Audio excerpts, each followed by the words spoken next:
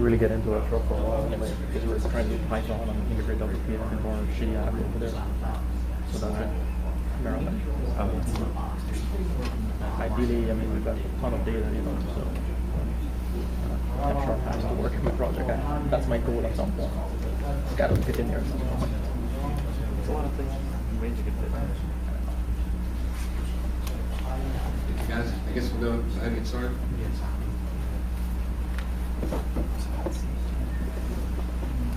All right, well, get started here. I'm Jack Pappas. I haven't met you guys before at the GP group or the F-sharp group. I'm the CEO and co-founder of a company called Power, and we are involved in GPU computing, specifically with F-sharp. Just to tell you a little bit about myself, first of all, our product is called GPU.net, and it's written almost entirely in F-sharp. The only part that's in C# is a little, unit tests, things like that, right? But it's like 98% F-sharp code base. And when we originally started out, I figured we would build kind of a small one-time and cover kind of thing, and we had it running on the GPU, and it'd take us 6 months, and it's 2.5 years later now. But now we are almost at a full implementation of CR, so it's almost like we've rewritten Mono at this point, just gradually. And interestingly, it does run on both Windows and Linux, so it will run on Mono. If you download it from our website, it won't, that installer won't run on Mono, but if anyone's interested, wants to try it on Mono, EC2 or something like that, then let me know, and I'll use special builder to try out. And the interesting thing that about this is that people always think that native or managed code is going to be slow, like they just need to go right to writing stuff and hammer this assembly or something like that, maximum speed. And, as it turns out, from everything we've done so far, it's totally feasible to get the performance that's on par with native code.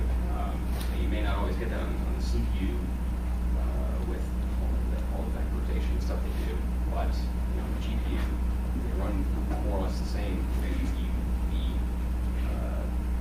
take your IL, just like a normal JIT compiler, and JIT it right to that specific GPU you're running on. So when new GPUs and stuff come out from NVIDIA, then we'll just update our software, and then all of a sudden your applications will be faster. So all right, so just a brief outline, I guess, of what we'll talk about today. I want to run through the slides fairly quickly this time. Last time I just went on, we had the code examples, things like that. So I'm going to try to just get through sort of a primer today on designing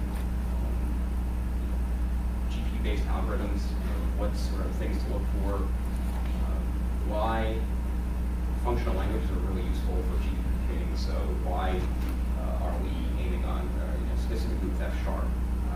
So right now, I think this is a later slide as well, but we mostly support C# users. That's been our big draw right now, is people that they're just doing C#. They want to just throw it on the GPU and get some kind of speed up. But obviously, since we do F-sharp, and I've talked to Don Zime a little bit, and he said there's been a big interest in doing GPU computing with F-sharp, and I've talked to everyone here, and it seems like something that is reasonable to support. So we'll talk about what can be interesting specifically about using functional languages just to design GPU software. Go over a few of the basic parallel design patterns for algorithms. In general, it's probably stuff that you already know, but you just may not realize that that's like the perfect thing to use in the GPU, and you may be using it already. And then, towards the end, depending on how much time we have, in this area, I'm going to show some code examples of the new F-sharp based API that we're doing for GPU.net. It's just what I've been working on recently, and you guys can give some feedback or say it's terrible, so and then if we have time at the end, if you have any questions about something that you want to run on the GPU,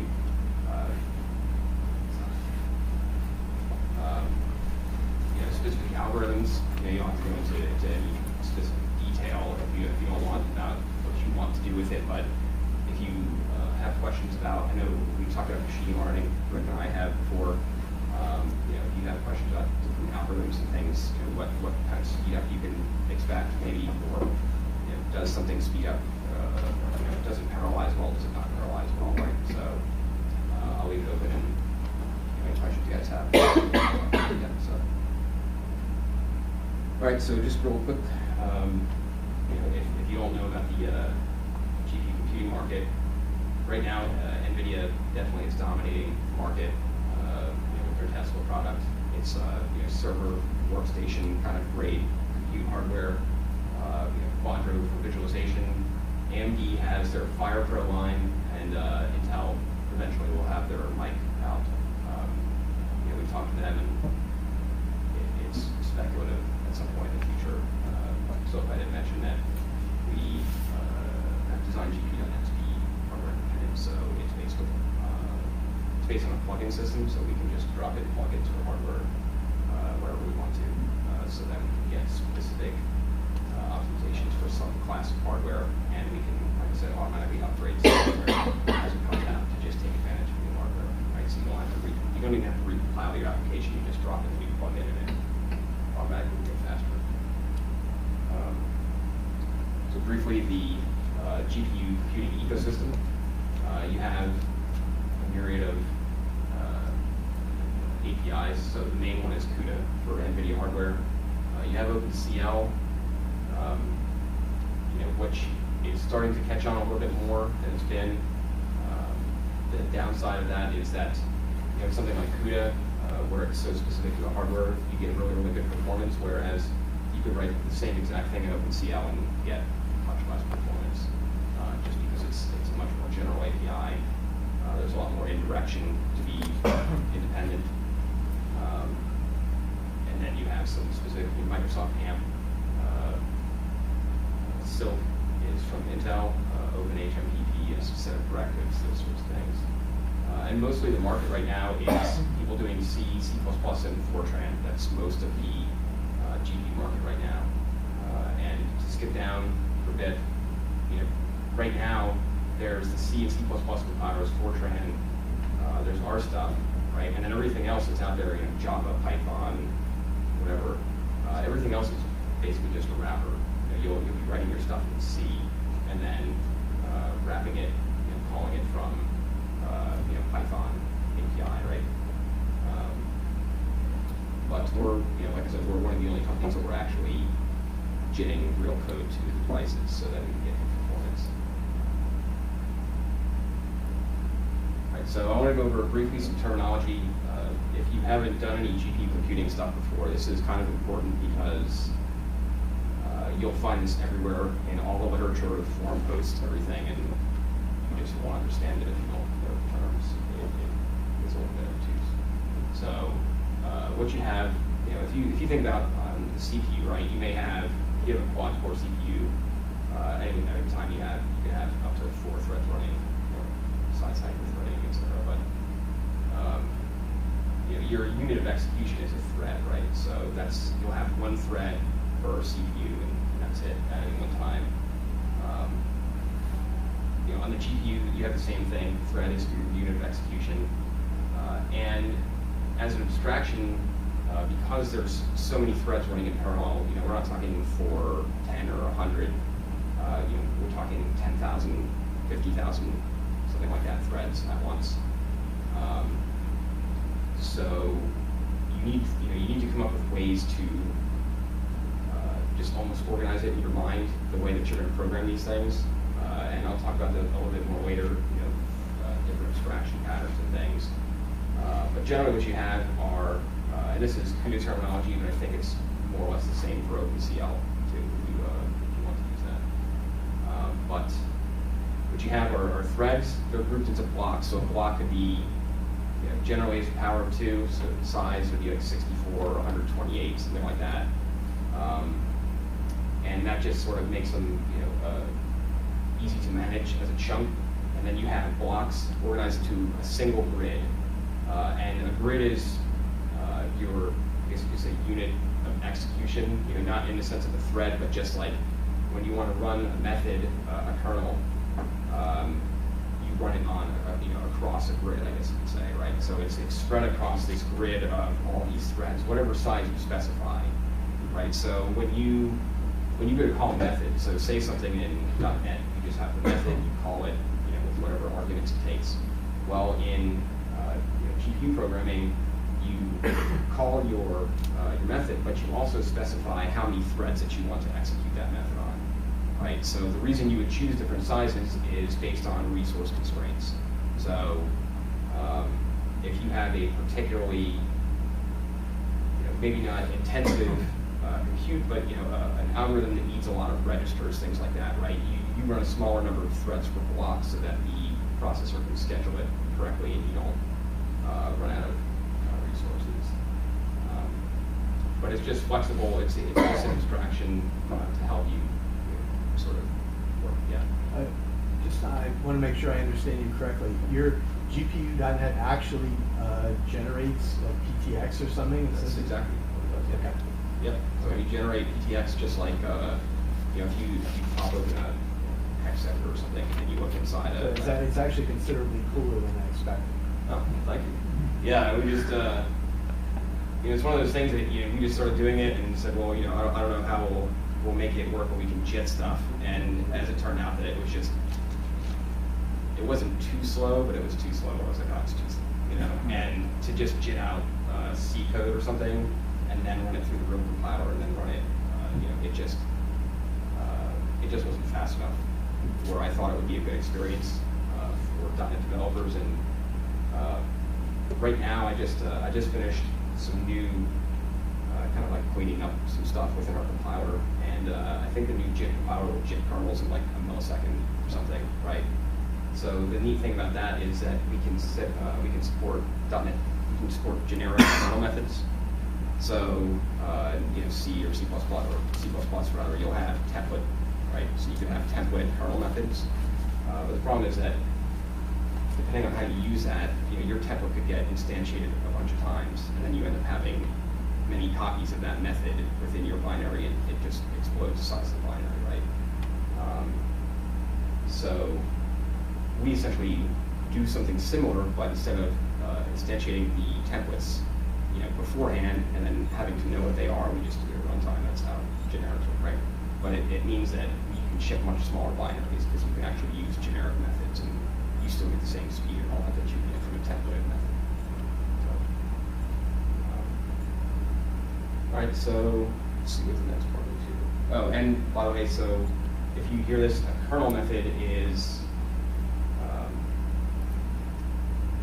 I guess what you would call the main method. I think it's the next slide here, right? So a kernel is the main method which executes on GPU. So in a regular app, you have int main, whatever, right, in C programming. But you don't have many int mains in your program. You have one, right? You can have other methods, whatever, and you call into your int main, and it goes out from there. How it executes through your program. At any one time, you will only be executing one kernel, right? You can have many kernels within your app, like one kernel that does a matrix multiply, one kernel that does a reduction or something, right? But you'll only be running one kernel at any time. So you could call a kernel, and then a kernel can call into other functions, and those functions can call functions, and so forth. But you'll never have a kernel that calls other kernels, right? So that's sort of like your int main, if you will, for GPU. All right, so just a little bit more terminology. So global memory, right? That would be the main memory, the RAM of the device. So the new Tesla boards have either 3 gigs or 6 gigs of memory, which, the 6 gigs is the most, as far as I know, that anyone offers. And as it turns out, it's not just like, hey, this got more memory, so it's cooler or something. One of the things we'll talk about later on, design considerations for algorithms, is that you really want to minimize movement of data. So it's important to have as large a global memory as you can, in the sense that if you can just push more data onto the device at once and then compute for a long time and then bring data back, that's better. So then you also have shared memory, which is basically, like I said, your L1, L2 cache. It's really, really fast. So you'll do almost all of your work within the space of your registers, right? Just like you run the CPU, and your shared memory. Just moving back and forth. You just fill some out to shared memory and go back and forth, sort of as like a scratch pad, right? But even then, compared to what you get as a cache size in the CPU, you'll get 16K, 48K, something like that, right, of shared memory on a GPU. So one thing that I find kind of interesting about all this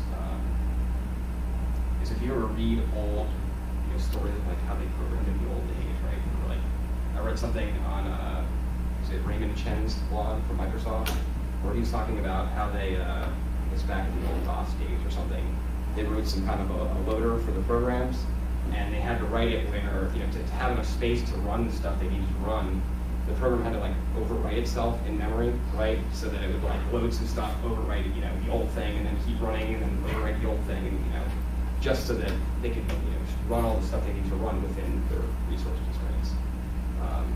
And so it's kind of neat to have to think about that stuff again, I guess, sometimes. Right. So, basic GPU algorithms. So, like I was saying before, when you are working with CPU, even if you have the top of the line, I think AMD CPU, it has like 16 cores or something, right? So, even if you have all these threads running, it's still not thousands of threads at once. So, anytime you can still say, like thread 7, on this core, I know what that thread is supposed to be doing, right? And on GPU, you don't have that. It's just like, okay, here's this huge, chunk of threads. What are all these threads doing now? And one thing is that unlike a CPU core, branching is really not good on the GPU, right? I mean, it's designed to be data parallel, so if you're branching all over the place, then it can't do stuff in data parallel, right? I mean, it will do branching okay if you don't have to go crazy and start like doing bit hacking stuff to get rid of every branch anywhere. But you really want to try to minimize stuff as much as possible, and that may involve kind of just shifting around your control flow, or just redesigning the general way your algorithm will run within the context of a single thread, right? But more on that in just a bit. So. Right, okay. So just, I already said the first part, the considerations about the strategy stuff before. The main thing that you'll find as the challenge of doing GPU computing is that it's really hard to think when there's, okay, I need to do 60,000 threads or something, like how do I keep all these threads busy? How do I scale my problem, up to that size? And you need to keep data moving to a minimum, like I said. If you can, push a whole bunch of data onto the GPU, so like say you're doing some machine learning, right, and you could push, not just one problem set, but maybe like 10 problem sets over, and then compute them all at once and then move them back versus moving them individually, right? So one, you may be able to better take advantage of GPU parallelism, right? So if you have so much data or whatever it is that, or let's say you have small amounts of data, it won't keep the entire GPU busy to do like one small problem set, like if it's like a meg of data or something, right? It's just not enough. So what you want to do is push over 100 or 1,000 problem sets, and then have maybe like each block or a few blocks do each problem set, right? And so you compute all these problem sets at once, but you need to think in that way where instead of saying like I can batch a few of these together and handle it, it's almost like you have to think it in the opposite way. Like if I could put all of these together, and this is how I have to break it up, right? Like these are the ways that I've only got this much memory, so this is the maximum amount I can put on the device at once, and just do it as much as you can, right? And the other reason for that is also that there is it's really small, but there is a small overhead, every time you actually launch the kernel, right? It's got to set up the interrupts and all this kind of stuff to get going. So it's negligible in most cases. Like, you really never know. But if you're calling small kernels iteratively to try to do some kind of solver or something, that can start to matter. Just little overheads and things. So, and also, like I said, the resource constraints. I know the Fermi chip has like something like 16,000-ish, or whatever, 1634, 32-bit registers on chip. But that's going to be shared between a lot of threads, right? So generally, each thread might get, I don't know, let's say 20, 30 registers, something like that, depending on how you set up your grid and block sizes. So between that and then whatever sort of portion of the shared memory you want to give that thread, you've got to work within those constraints. So it can be a little tricky sometimes to try to manage everything and make sure that even on the device you want to keep data movement to a minimum. So it's almost just like a minimization problem to try to keep all these things right. Right. So, like I said before, if you've done a lot of F# programming or just Scala programming or whatever, you may already be familiar with the main, most important fundamental algorithms that are used for GPU computing, and you'll find most of them in the array module already, like in F#. So, map, reduce, which from Google, map, reduce together. They're parallelizable. I mean, if you think about it like this, let's say you have a vector or array of 1,000 elements, right? You have 1,000 threads. You could allocate your output array and then just have each one map, right? So each thread just maps one element, right?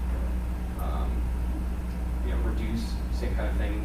You just have each thread read 2 elements and perform the reduction and save it back. But you can run that iteratively so that it slowly crunches down the problem.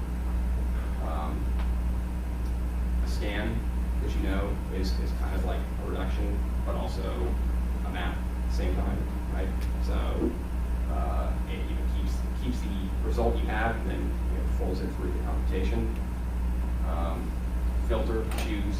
So you might read about some of these things. A scan, if you read literature, might be a prefix sum is another name for it, and let's see, a filter or a choose, depending on. I think they're both going to be referenced in the literature as a stream compaction. Maybe okay. But we'll look at them just a little bit and in thrust as well. So sometimes when it seems like things will parallelize well, it just won't because of some technicality. So scan, reduce, and map all parallelize well, right? So why wouldn't fold parallelize at all? What's that? Right. So every step of the fold is going to have dependency on the previous step, right? So there's no way to parallelize that. You can't just start computing ahead of time and then okay, I'll wait for that to catch up as the iterations go on, right?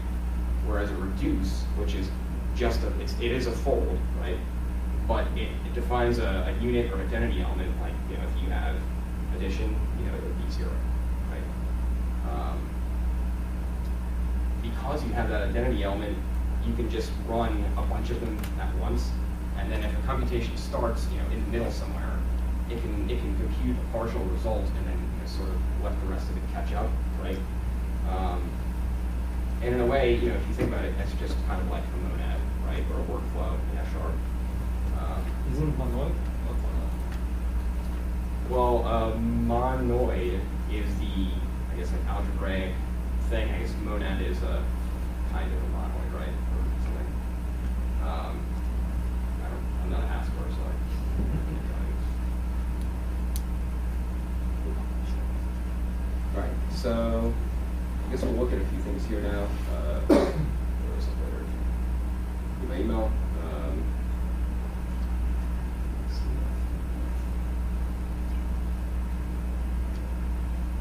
if I could interrupt just for a second, I'm going to tell you a quick story. Sure. Simon likes to use the word workflow in F#, Right. specifically because so many people have a negative connotation with monad. Oh yeah. They specifically decided that they were not going to use that word. Well, have you? I was reading something the other day. I mean, you know the monad reader that they put out for Haskell or something. There's another. It's not. I guess it's not a publication, but it's just someone's website. I can't remember the guy's name, but I think he's kind of famous in Haskell land. But the co-monad reader, have you ever heard of that? It's like super crazy Haskell, like folds and folds and folds stuff. And, definitely look it up if you want to see some really crazy Haskell stuff. But I think that's the kind of thing is that it gets, the really, really higher order polymorphism stuff gets out of hand quite quickly.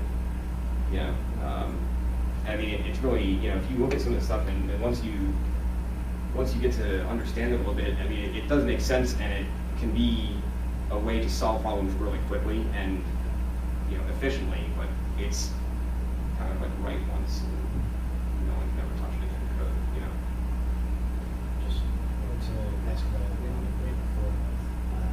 Because of what you try to keep the data moving a little bit of sometimes like iterative solving kind of might not fit well. So is there some portion of that does, would you send some portion of it to the GPU and then or does the iteration totally just so if you take advantage of it? If you had some so iterative solvers, from what I've seen, will get a quick speed up of GPU, right? So it's not they get no speed up, but if you all right, take this example and show it just a little bit here. For a really, really basic, like sort of a map paradigm thing that's like perfectly parallelizable, you may get, even on my laptop here, which has a sort of lower end laptop GPU, right? You'll still get a speed up of 50 times or something, right? Compared to dual core CPU. And on a high end Fermi Tesla, I mean, you'll get 500 or whatever times, right? For an iterative solver, because you have that sort of synchronization between the host and the device, it's not going to be bad. You may still get 50 times or 100 times or something, but you'll have that bottleneck of, if the thing could just run forever, right, then you wouldn't have to worry about it, but because you've got to check that condition, then every so often you just got to, even if it's one number, one integer, right, you just got that overhead of that you've got to make that extra kernel call, right, instead of it just looping on the device, and you've got to check it and all that stuff. So it's not much, but at these speeds, I guess you could say, even if the overhead is 5 milliseconds or something, it ends up being a lot in terms of how much. Working at speeds that are just that fast. Yeah. But you would still count it as a speed compared to not using the GPU, but still see speed. Oh yeah. I mean, you'll still get a good speed up from iterative stuff like that. It'll just be, it's not as super ridiculous as you get from some other stuff. All right, so.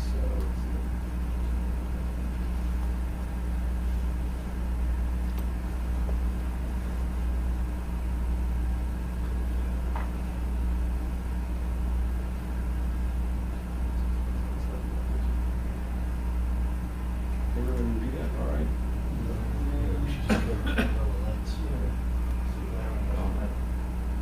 I think you have to do it on the control panel.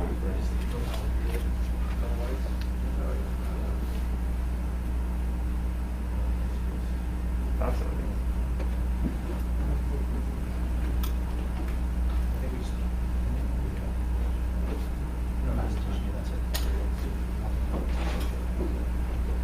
Do we need to make bigger for the read? Yeah. Tough crowd.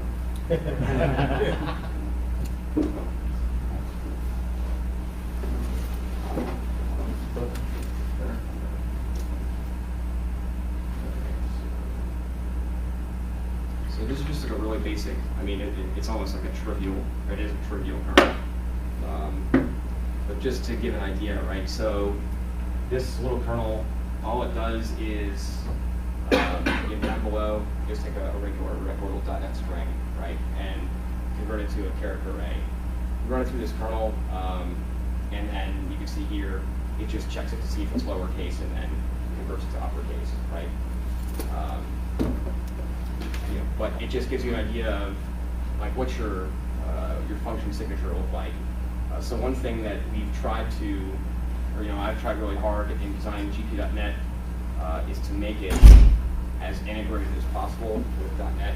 And so there's been a lot of places where we could have taken a shortcut, like a major shortcut, but it would have been, it would have meant that it would have been a lot harder to port code over. There would have been a lot of special things you had to do specifically to use GPU code. So like you can see here that we just use like it's like a regular .NET array, right? It's not a special data type that you've got to go through and re-instrument all your code and all that stuff with it, right? So you have special things to mark. This is just the same. I reuse pretty much what's in CUDA here. So you can use these intrinsic properties that are just available, I guess you could say, right? Within a kernel to find out sort of what thread you're running in. So you could think that each thread in your kernel is going to run right through this, right? So they'll find out sort of where they are in the block and grid and say, oh, I'm thread 5017 or something, right? And I'm in this position, and then you just loop through and set this stuff. But an interesting part. Let's see. So see we have string here, it's pretty to array. So this is new, right? So I'm putting together this, I guess you could call it device workflow. So the idea will be that you can use a workflow like this, and you still have to go ahead and choice. So this will actually be somewhat simpler once it's finished. It's just been stuff that I've been putting together recently. So one of the big things that you'll have to deal with in GPU programming is managing state of your it's back to sort of C programming with managing memory and things like that. It is kind of important, and I've tried pretty much everything that I could think of to do garbage collection type stuff with the GPU, but the problem is that, especially when you want to do immutable state and have it be nice like monadic type stuff, that even though that should work to do the garbage collection type computations, it ends up that I guess you can't really do any using. So like it would make sense to have some allocated memory down here, right, and just do the use, right, or using from F#. But the problem is that you don't then you can guess where it goes out of context and it's going to get released, but you don't have the kind of memory that you have on your CPU, right, on your host processor. So if you have a brand new workstation, you might have 12 gigs or 20 gigs of memory or something like that, right? You just don't have it on GPU. So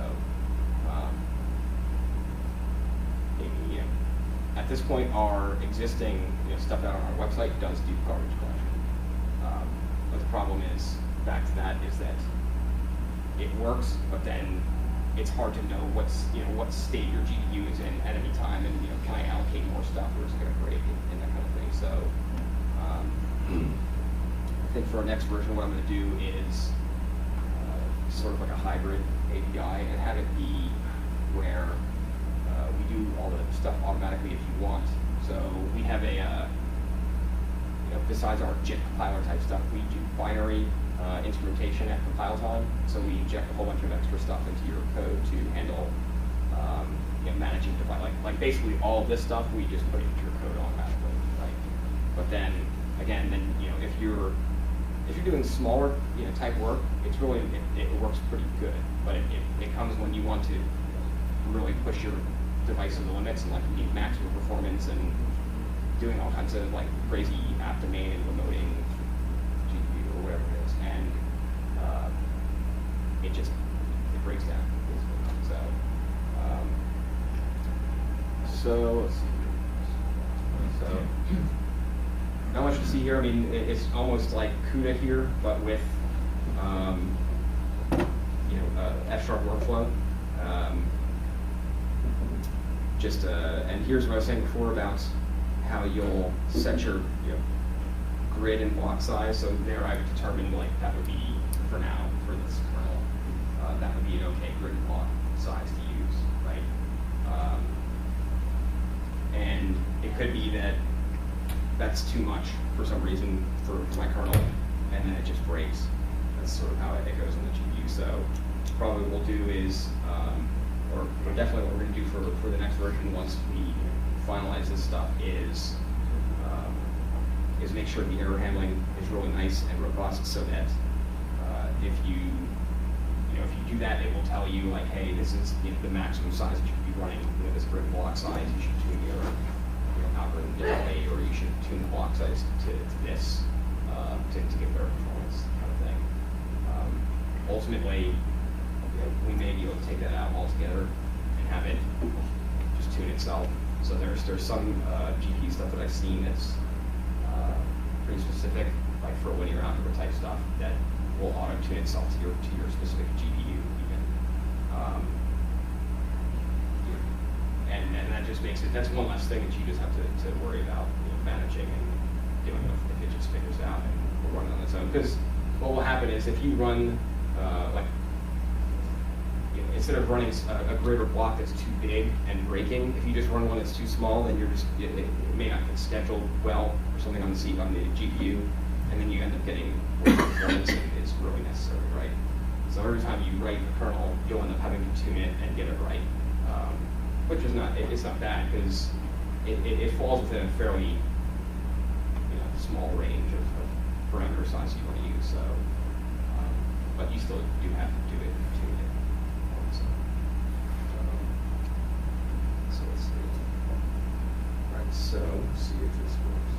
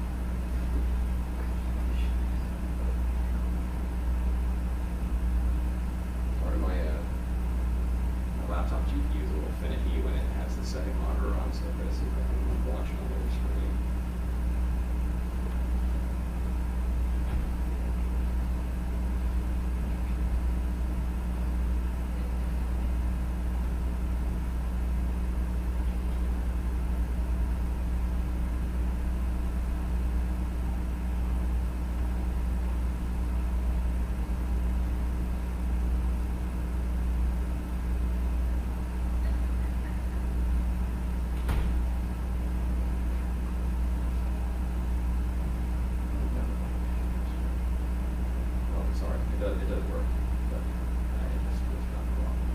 So, I'll post this on the website if you want to download it and try it. I'm planning to release our beta version with F-sharp support in a few weeks. I just want to finish up this stuff here and get it kind of cleaned up to the new API and get it right and all that. It's relatively stable, for everyone to use. Otherwise, they're just running stuff that breaks. That's one thing about designing all this stuff, with doing like the jitting to PTX and managing all this stuff. So it's really low latency and all that. There's a lot of interesting edge cases like everywhere. And, just that you run into constantly like stuff with people for a while with our stuff were having issues where they would crash. Or something crashed when they went to go debug, and it turned out there was like some weird interaction between the Visual Studio hosting process and then the driver and our stuff like all together, and it wasn't good. But it's like impossible to debug essentially. But stuff like this really does help get up to speed. I mean that's one of the big reasons that I wanted to use .NET, and now that we're doing F-sharp is I think that there's a lot that be done with GPU programming that really hasn't been done yet, because I think most people have stuck to the C, C++, Fortran, HPC, like traditional HPC type market. And I think there's a lot of other stuff that .NET developers might do that is outside that realm. So even if it's just something small like business, or not that small, but something not traditionally HPC like business analytics or something, right? That could be something that people will write like low lab type work and run on a GPU. That would be more of a enterprise type thing. Like, so let's see. I got a quick basic question. Sure. Just so what, and like when you have a grid and you have blocks that make up a grid, is there something about the blocks that, is there a reason why you want to put certain threads together in a block? Do they share resources in a block? No. So I mean, the grid is just all of your blocks, right? So if you're like, I need 1,000 blocks, like for whatever block size is the best, right? So like I was saying, where you would tune it to your kernel. Generally, what you're going to do is not tune your grid size, but you'll tune your block size, right? So you'll tune your block size, and then once that you're tuned to the right size, then you'll say, okay, now given how many like data elements or something I want the GPU, like I want each thread to run, right? Then you'll set the grid size accordingly. Like, okay, I've got this many data elements. Each thread is going to process this many, or this block is going to process this many, and this is how big the grid needs to be now. John? In CUDA code, it matters which threads are in which block, because they do have access to the same shared memory pool, the ability to coordinate, through synchronization points, devoting, etc. But for higher level abstractions, things like Rust or F-sharp, or GPU.NET, you get to avoid, the algorithms are parallel enough to avoid some of that. So it's that's not directly relevant. And that's one of the things too, that I want to do with our F-sharp API is to put together, a module of stuff. So instead of like in Thrust, instead of having to write all of that kernel type stuff, you'll write it as almost identically to the same way that you'll write it in .NET, right? So if you haven't heard of Thrust, it's CUDA Thrust. It's an Apache licensed library from NVIDIA that runs on top of CUDA, and it uses some amazing C++ template wizardry to do like all this like functional, like auto-generating kernel code stuff. And you almost write your code, or you do write your code functional style, but in C++, right? And then when you compile, all the templates do their thing, and you essentially can avoid writing a lot of the boilerplate, like underlying code, if you just need to do mainstream type work. I mean, I think for a lot of computations, that's probably the way to go now, and it seems to be like gaining popularity a lot. Like, so that instead of writing, a kernel to do every little task that you have, you could do most of it probably with Thrust now, and just for like your iterative solvers, I mean, they all have that there, so you would write your own code, right? What's the biggest complaints against Thrust? Is it debuggability? Because it's template. Yeah, but I guess that's kind of a template thing in general. I mean, that's just, and that's one thing I'm not going to go around and not C or C++ or Fortran or any of that stuff. But so one of the reasons that I said, like, let's do this thing with .NET is just because I really like the debugging tools and the ecosystem that's around .NET. So I was talking with Rick last time. We went to get some to eat after the F-sharp meetup in November. And we were just talking about different tools and things like that, like how there were a lot of like popular tools that just didn't support F-sharp yet. Like they were just, as soon as you try to use F-sharp with it, just crash, right? And so, for example, like Redgate, we were talking about Smart Assembly and anti-profiler and stuff. I don't think they officially support F-sharp now, but I know a lot of their tools now work with F-sharp because I've crashed them and like, oh, I need this to work with my F-sharp, and they fixed it, So, I think that's just one of the biggest things around using .NET for this stuff is that you'll have all this extra tool support available to do, like if you wanted to use like log for .NET or something to do logging within your code there, it's easy, you just configure it, you're done with it, right? Speaking of tools, you talk about tuning the block sizes and also about edge cases where things don't work work quite right. What about the tools and practices for testing? You know, how do you actually, in practice, go about telling where something's going to break? Or Well, so right now, you know, we and actually we use this ourselves. So one of our example projects, you know, the few that we do have on the website, is a unit testing, like with MS Test through Visual Studio project, and that's actually, I use that to run our kernel tests, right? So I've just got a whole bunch of kernels that I just auto-generated,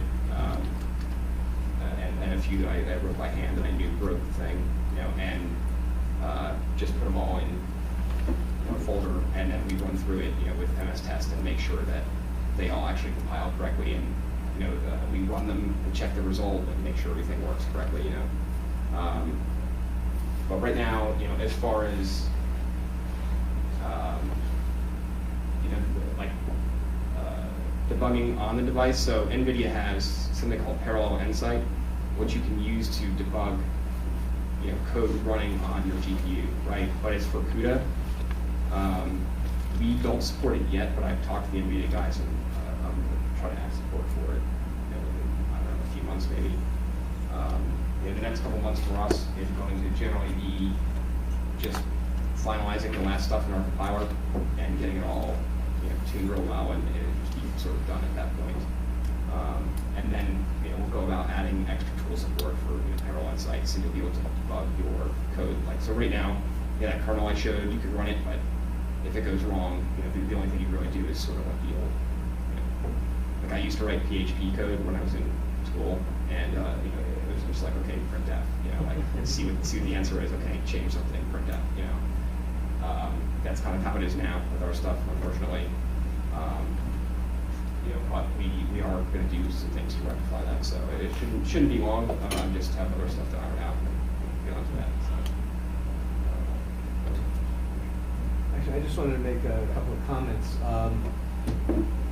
This is a little bit outside of the GPU.net realm, but anybody who's sort of toying with the idea of GPU computing, at least with one of the NVIDIA cards, should know that the SDK contains an implementation of the basic linear algebra system, and you can use that with good old-fashioned p-invoke.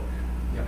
So, I mean, you get spectacular performance improvement if you're doing just good old-fashioned matrix and vector stuff, but a lot of people do old-fashioned matrix and vector stuff. So, if you want to get regressions.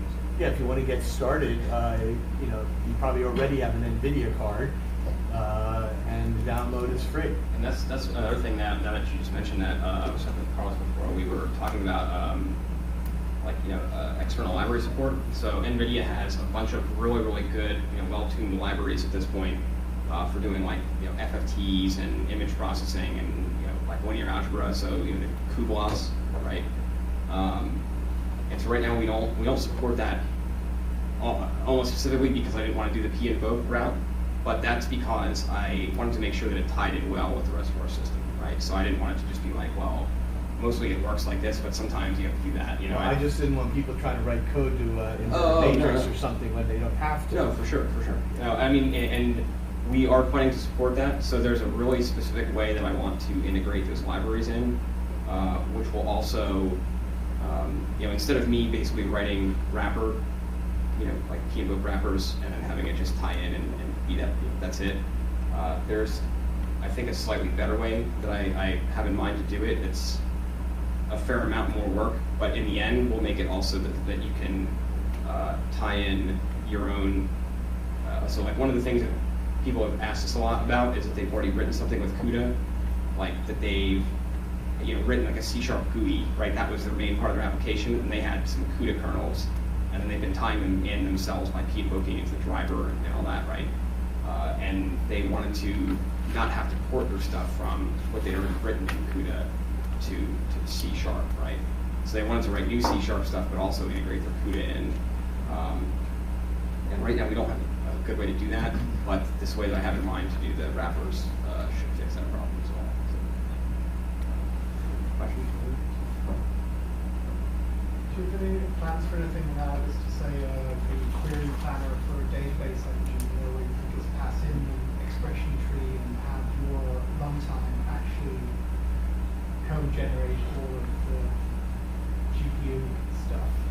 probably, I mean, so you mean just to use it as like, you know, to generate your own code and then use it in some other way, or? No, I'm just saying this stuff looks, I have no experience with GPU programming, which is why. Oh yeah, no, I mean, you know, there's lots of good projects. I mean, you know, like I was saying before, where we thought like how we would just put this together, it was easy, right? You know, in 6 months or something. You know, originally we started it, and it was something that I was like, well, we'll just do this, and then there's lots of other stuff that I wanted to, you know, that I still do want to build on top of our own libraries, right? So whether we'll just build them and give them away as part of, you know, if you buy GP.net, then you know, get these libraries as well. But I think there's a lot of interesting, you know, ways that can be tied in with .NET. So like I was saying before about business analytics, so I don't know if anyone here is really familiar with Microsoft's like business software stuff. They have there's a Dynamics AX or something like that, right? Which is their business analytics like server, you know, heavy grade package. But the cool thing about, you know, with Microsoft stuff now is that basically everything will accept a .NET plugin in some way, right? I mean, you may have to, you know, in some cases you have to use COM, but most things now will have some kind of .NET integration, and just, you know, because we, you know, we're, you know, all managed, and you know, there's, I mean, there's trickery, but there's not, you know, anything that's going to break your stuff, right? You should theoretically be able to build something and then have it like if you have some plugin for you know, analytics with Dynamics, right? You could, you know, accelerate it and then throw it back into your, you know, server now with like a Tesla or something in it, right? And Dynamics would never be the wiser. It wouldn't have to know that there's GPU stuff going on. It would just call into your, you know, your assembly, your plugin, just like anything else, and it would happen, and then it would get the result back, and that would be it. So It could be really cool with SQL Server eventually. yeah, there's actually a neat project I want to do with SQL Server. There's some guys at Johns Hopkins. I don't know if you've heard about this, John. They're doing like astrophysics research with CUDA and SQL Server. And I looked at some of their papers, and they've gotten good performance gains, right? But I think the way that they're doing their interop between SQL Server and CUDA, you know, now that I've looked at this stuff a bunch, and I kind of look at it and just tune it like this, you know, I think there's some neat ways that they could tie it in better and get like a huge performance gain. But it's going to involve a lot of like, really low-level comm stuff, which, yeah, I don't do that for fun, so I haven't done it yet. Yeah, so, but maybe one of these days. I mean, there is a lot of neat stuff that can be done, and that's why. Again, that's why I chose to do stuff this way, because I wanted to make it transparent as well to anything. So if you had like a plugin for something, you wanted to GPU accelerate it, right? You wouldn't have to go and like change your host application or anything like that. It was just going to be a drop in, and it was going to be transparent to, you know, whatever you actually use it with. So. Given that so much of the existing literature is around C and C++ and Fortran, do you find that Sharp versus C# was in terms of sort of translation, taking existing literature, looking at it, do you find it's easier to do that transliteration versus the other, Well, I mean, you know, it's easier if if it's fairly straightforward C or something, right? You know, you can just more or less like copy and paste it and change things, and it will probably compile, right?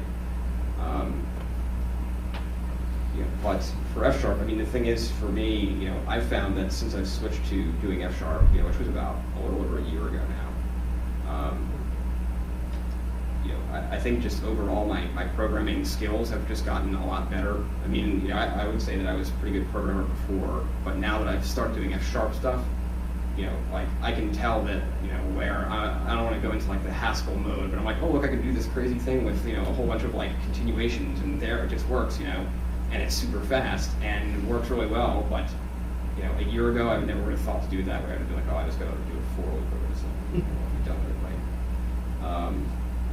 And so that's one of the reasons, you know, like I mentioned in my talk last time that, you know, between when we had our application in C# and then we ported to F#, you know, yeah, I cleaned it up and, you know, algorithms got better and all that kind of stuff, but just in general, like between then and now, our code base is probably even now that I've added so much more stuff to it, it's still like a third the size that it was before.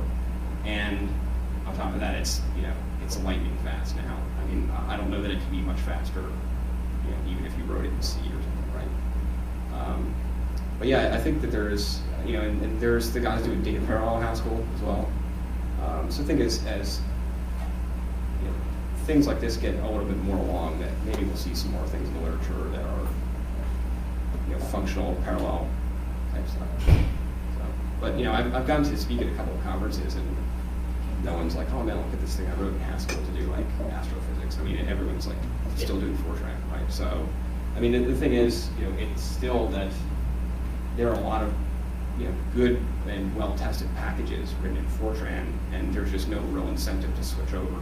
And no one's going to go and port, like the stuff that they do the hurricane measurements with. They do it down there in Princeton, right? At some research lab at Princeton, and that stuff it's on their website. It's all written in Fortran. You can go download it. But like no one's gonna rewrite it all in OCaml or I mean, it's just, I guess it just not an incentive to do that.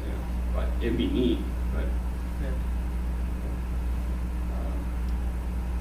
anything else? All right. Cool. I guess that's about it.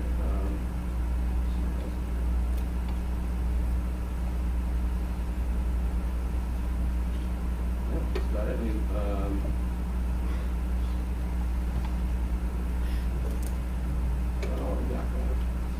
we can look at some other kernels and stuff like that if you want, or I've got Thrust if you want to take a look at Thrust. Look at some more kernels. Yeah, one that's like doing something reasonable. But... Yeah, it's slightly more reasonable.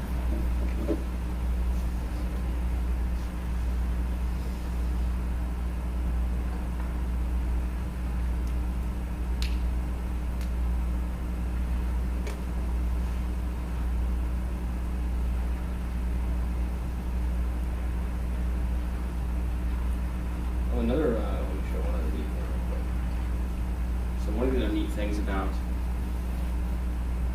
the way that we've done this, so people have asked us before, down there's like Roslyn things, like why didn't we just do a C# thing and throw some extra stuff in it and have it be, that's it, right? But the neat thing is that, one, we can optimize a lot better, right? And also we can do some neat stuff like, let's see.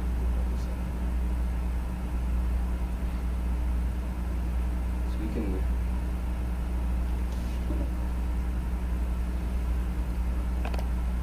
So we can support like C++ CLI. So I mean, it's funny that no one really ever uses this. I mean, I would think that if you did C++ a lot, right, but you still work on Windows and like you interop and things, like it's pretty. It seems reasonable that people would use this more, but if you search around, it's like Google results 4, there's like nothing on it.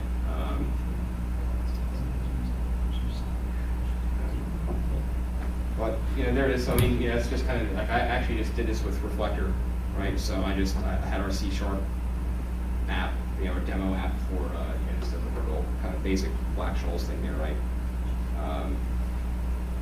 And just ran it through Reflector and like tweaked it a little bit, and that was it. So surprisingly, we've gotten a lot of requests from VB programmers that they want to do like VB.net, with like Excel and things like that. So that's another thing, actually, that the reason I'm also redoing the API is that originally, well, the way that it is now with our current version, we have some sort of constraints in there on how you have to design your kernels and how they need to be packaged up and all that. And the reason that I did that originally was because I wanted to make sure that if you were writing kernels, like I could put these constraints on how you need to write it. It had to be a static private method in a static class, right? And you would call it from another method. But basically, it would guarantee the way that the data went through the thing, right? So that you couldn't just call like random kernels from somewhere in your code. Like everything would be hooked up properly, right? And so now I've come up with a much better way to do it. So before, because you can't make a static class in VB, right? So we'll support it now, plus we redo the API so that we'll be able to support multiple languages. And people have asked about like Iron Python things, so there's PyCUDA, right, where people are doing Python and CUDA stuff, but again, it's just a wrapper. I mean, it's a nice wrapper, a lot of people use it, but you're still writing your kernels in C, C++, CUDA, right, and tying them in, versus actually having it be integrated with the language, right? So, here we go.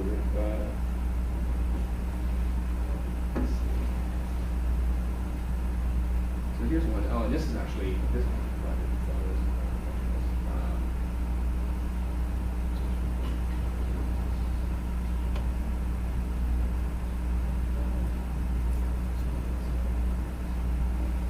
So this is a slightly more complicated example. This is a.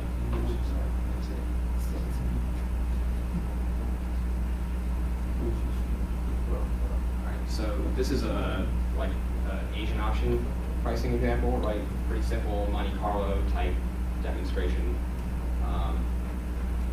And I was actually going to put this together, or redo this one as part of my F-sharp demo today, and I just didn't get to it in time, so I'm sorry. I'll throw it on the website or something. But the neat thing, so this does also on-device random number generation. So one of the other good libraries that CUDA has is cuRAND for doing random number generation. And we've used one of their algorithms to do ours, but eventually once we support the wrappers, it will use whatever you want. Right? But one of the things I want to mention about this is that this, an Asian option kind of thing scales really well on the GPU. And if you think about it, so I don't know if everyone here is in finance, but most people probably. But so an Asian option, does like an average across the path that the option takes, right? But if you think about it, that's really like a fold across the option, right? And so one of the neat things about that is, I think the way that I put this together, I think this one here just gets like random numbers, and then for the path, like simulates the path and stores it all in global memory, and then runs a second kernel to do the reduction and perform the average on each path, right? But this is sort of something I want to mention about functional languages being really efficient for GPU work. So if you write this as a fold across each path, you don't need to store all that extra data in memory, right? You can just fold the accumulator right through the entire option, like simulate one option right across through the thing. And it'll be really efficient, and you will only be using like a few registers. You basically need very little shared memory, and you don't need any extra global memory. So it's things like that where you can write it that much more efficiently, using a functional style. That's kind of things like that I would like to see more. We were saying with C and all that. Yeah, you could do that with C, but it wouldn't be as nice, right? Where it's like giving you guarantees about it. So let's see. So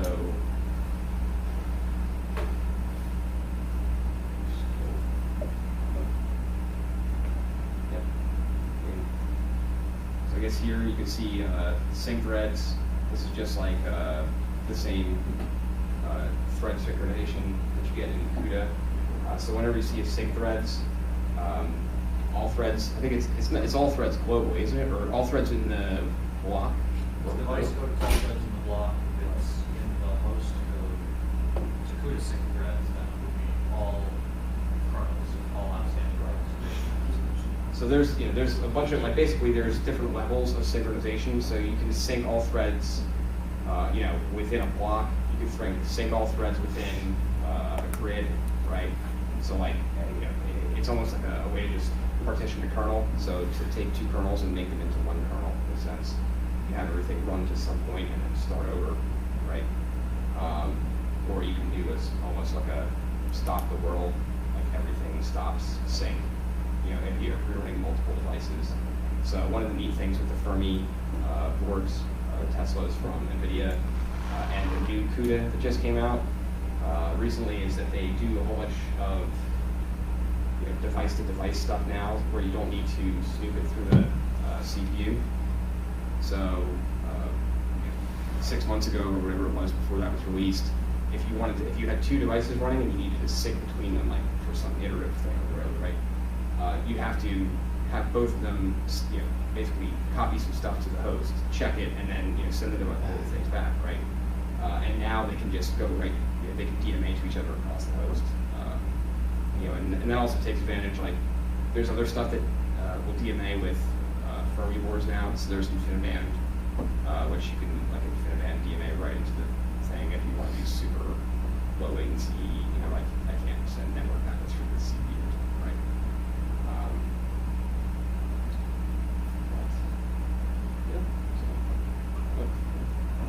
It seems to me that the way your GPU.NET works, if NVIDIA comes out with new hardware, your code will still run on the new hardware.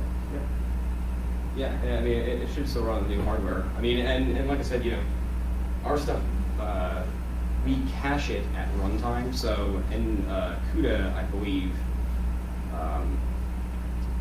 so when PTX isn't actually run on the device, right? So PTX actually does get also JIT compiled for the specific architecture. And that gets cached, like globally. There's like a folder somewhere on the thing, like it's a JIT file that's saved there.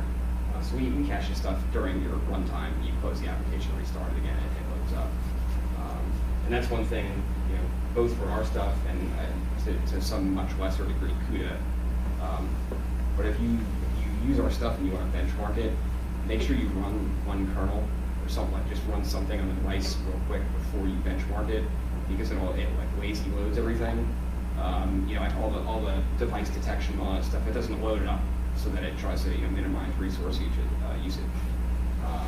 So I mean, it's not like 5 minutes for it to warm up. It's about a second and a half or something. But if you include that in your benchmark, like you just say start timer, run some stuff, stop, it'll make the performance look a lot worse than it really is. So there's like that other Black-Scholes thing I showed before, the CLI, the C# version of that.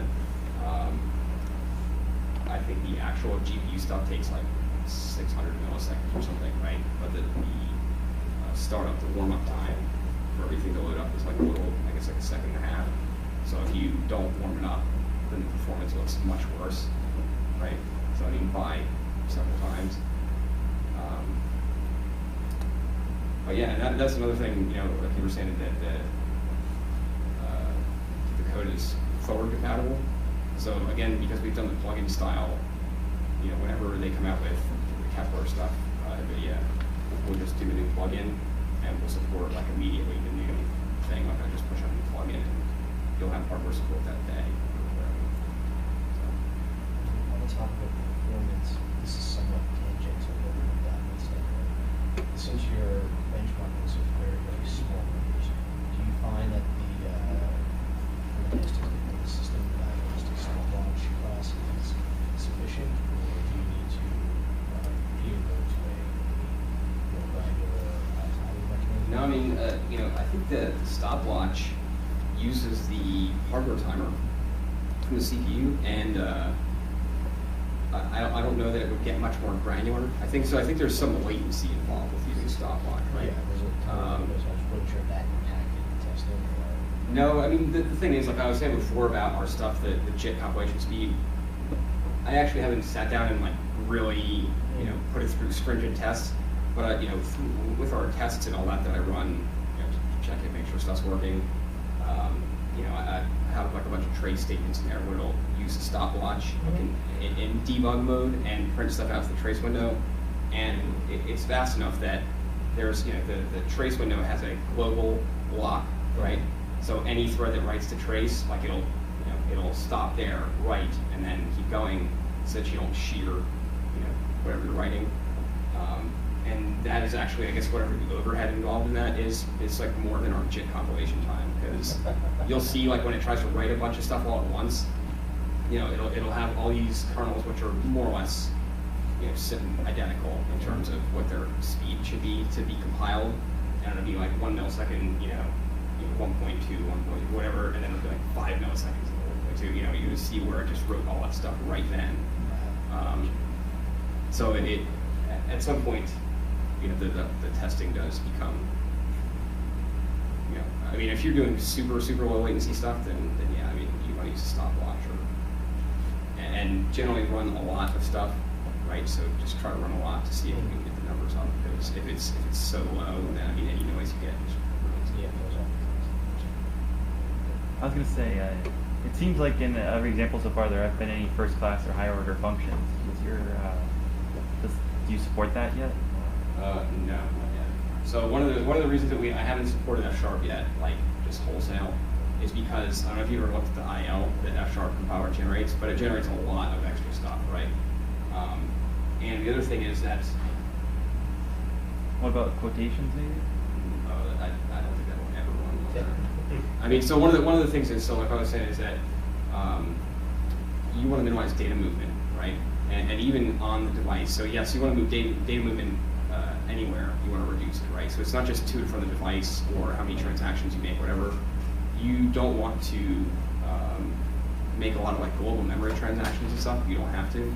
And so, you know, F# uses the tuple type from the system tuple, right? But it's a class. So every time you use it, then it's going to get dereferenced. You're going to be dereferencing pointers, right, to global memory. And it's good. Yeah, all those extra memory transactions are not going to be great. So what I'm looking for, essentially, before we really support F# is where I can add in extra semantics to the compiler to sort of try to optimize that where possible. Have you seen HIT, the JavaScript compiler? I mean, they do, like, it is a secondary step, yeah? And you have to label things with attributes similar to your kernel attributes, but it really will, like, compile your higher order functions and such in tuple to JavaScript. Right. But JavaScript is all going to be object-based stuff anyway, and you know, it's just a matter of CPU versus GPU, like how the, you know, what is the cost for doing these extra memory transactions and things. You know, on the CPU, like, I mean, the .NET JIT also runs the higher order stuff in the tuple and all that, and you know, it still runs really fast, right? But on the GPU, it just won't work that way. I mean, you could get away with it sometimes, right? But in a lot of places, I think where you're going to use tuples all the time, and you know, things get like a tuple. Like if you had a tuple, right, like a 2-tuple, and then the second item was also a tuple. If you get some item within that second tuple, then that's 2 dereferences, right? And if that's also a class, then that's another dereference just to get the value of the thing. And you're going to have so many extra memory transactions that it will just kill performance. So there's got to be ways to optimize it before. I guess before I really want to say like go use it. You know. What considerations are there for running in a multi-user environment? And not clear to me how it would work if you have multiple processes that are attempting to use the GPU. How do you deal with that? Well, it's a little tricky. So like right now, again, that's the sort of drawback of the way that I've done it now, where it injects all this manual, or this automatic handling code and things. Is that there are cases like that where you'll have like several different applications trying to use it at once, and they all can't get to it, and they don't like it. So you'll probably have to handle that manually, or basically just check and see if something's using it. Like so, there's synchronization stuff for like locking locking the device to a certain process or a thread. And saying like I've got this, just like you use a monitor or something in .NET, right? Does all of this have to be run at a high administrative privilege?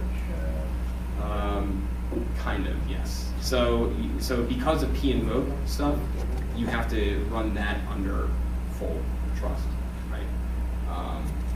Now I've set up our runtime and things like that to allow partial trust callers. So I don't know the exact specifics if you were trying to run on, like, if you're trying to run it in like an ASP.NET web server or something like that, depending on how your trusts and things are set up. I was actually referring to the security context of the operating system process. Does that have to be a member of any special? I can't tell you. I haven't tried it. I just usually run under administrator or an administrator. But I do know that if you try to run under really restricted permissions, I don't think that .NET will let you load stuff like that. Like I think Windows will prevent it if it sees that you've got unmanaged calls in your code. So specifically that I can't answer. Okay, so I have no GPU programming experience at all, but I'm thinking of all this analogy, co-processors, right? Once in available, system knew how to offload floats important calculation to co-processor, but it never actually tries to run the whole program on Right. co-processor because it wouldn't be efficient. Right. I'm thinking, why instead of supporting full-fledged language, you just allow to write chunks of islands of code that can be efficiently optimized for GPU, to allow to run GPU available. For example, and still you have support of .NET infrastructure. You can debug program on like a regular machine and run only on GPU once it's available, and also support efficient algorithm like peeling or TPL data flows or like Haskell parallelism, which can be really efficiently optimized, and you can address data locality issue as well. Right. So I mean, so one of the things that I would like to build at some point, which is whenever we get time, I guess, will be. I'd like to do a link provider in GPU. So you could do. There's like a parallel variable, right, in Link 4.0. So I'd like to do some kind of a link engine, and because we've got we compiled the PTX and we've got sort of optimization framework within our own stuff, I think it would be reasonable to build a link provider where you could actually do like to take I guess most of the work out of it, like they have with Thrust, where you can write this functional style code to do more basic type queries, like just I need to filter out all this stuff, or I need to find all the records that match this, or something like so.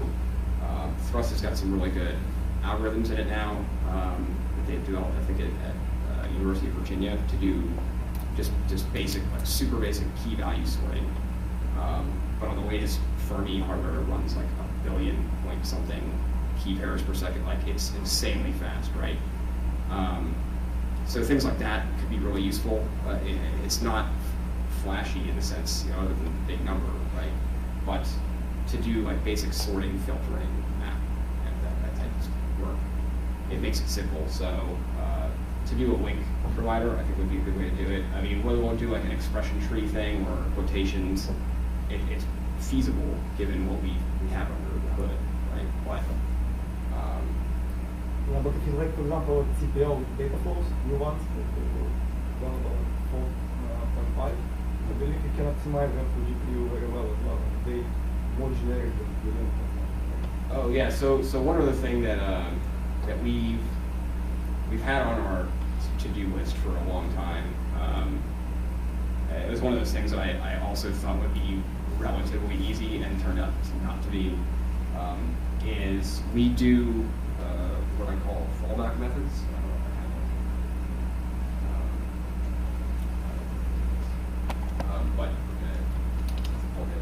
But anyway, the idea behind injecting all the code, like I've done it, was to try to schedule it to the best device. You're saying, so if you had multiple devices in the system, right, and like let's say one was busy, you would try to schedule it to the right one. But if you accelerate some code with GPU.NET, and then you ran it on a system with no GPUs in it, right? Right now, you can specify a custom fallback method. So if you run on something without a GPU, it will go into that method, right? And you can handle things like on CPU or whatever you want, right?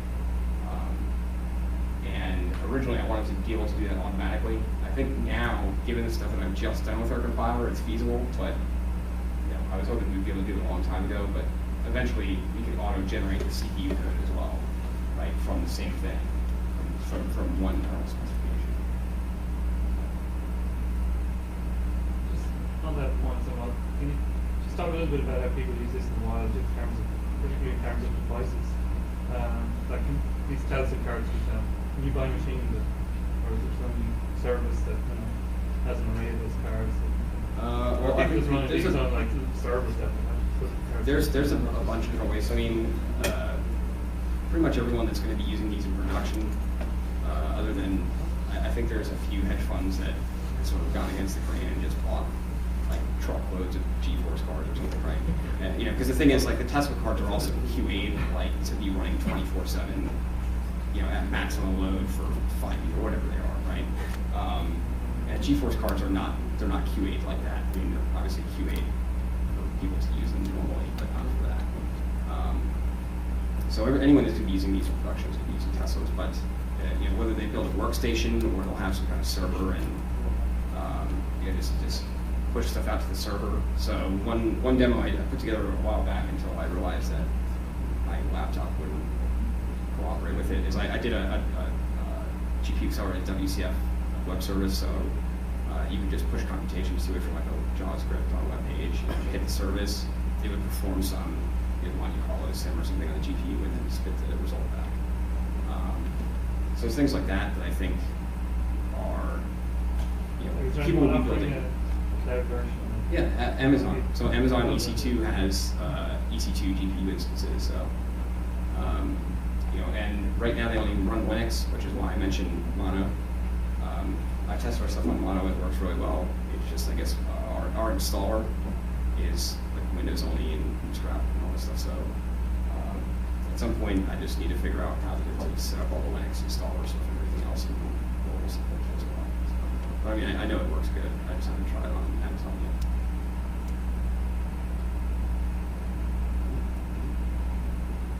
All right, I guess that's about it. So, guys, thanks for having me.